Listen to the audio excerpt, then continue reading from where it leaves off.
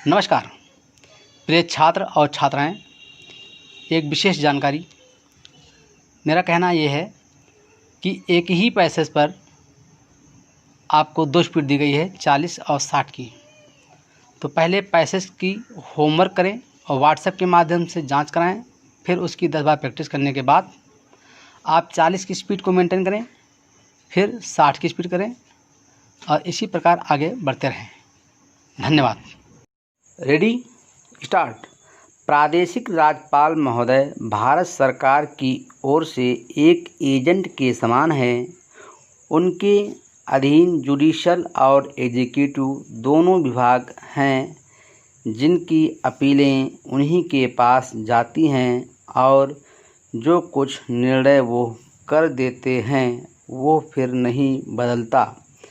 अगर वो कोई नियम जारी करना चाहते हैं तो वो बिना प्रादेशिक काउंसिल की स्वीकृति के उनको ऑर्डिनेंस की सूरत में लागू कर देते हैं।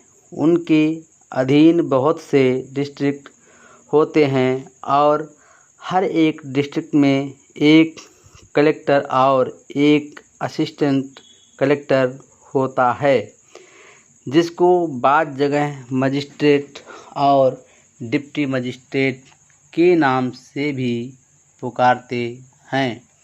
यह अधिकारी वर्ग आवश्यकता अनुसार रियासतों और अन्य सूबों में डेपुटेशन पर भेज दिए जाते हैं और अवधि समाप्ति पर फिर वापस बुला लिए जाते हैं।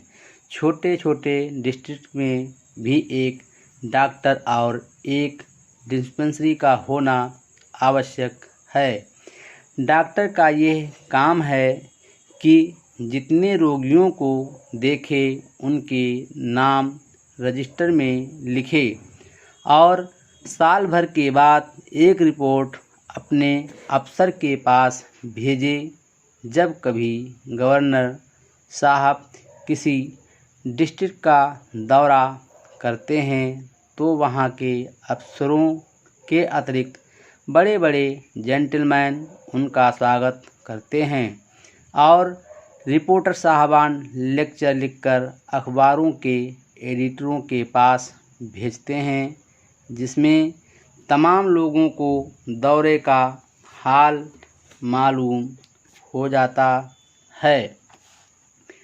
प्रत्येक देश का विधान वहाँ की जनता के अधिकारों का वो पवित्र घोषणा पत्र है, जिसके द्वारा वो स्वयं शासित होती है और अपने अपने अधिकारों का उपयोग भी करती है।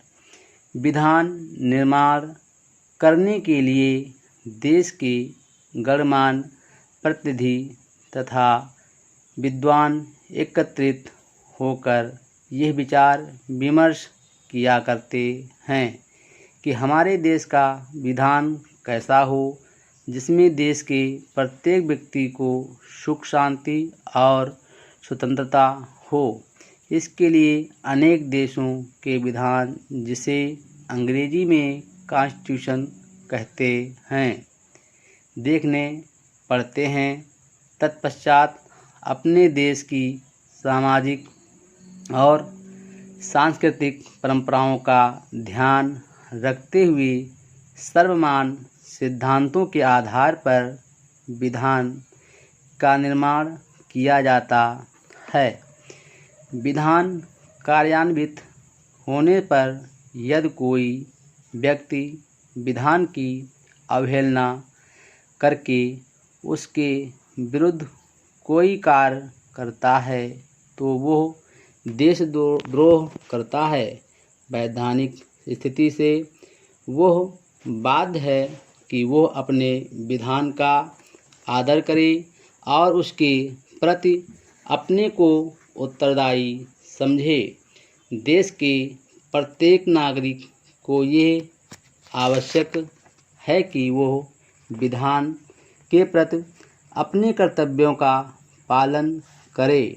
विधान के अनुसार ही देश की शासन व्यवस्था भी होती है और शासन विधान के अनुरूप ही जब शासन प्रबंध भी सुचारू रूप का होता है तभी वह देश दूसरे देशों के लिए आदर्श बन जाता है। Full stop.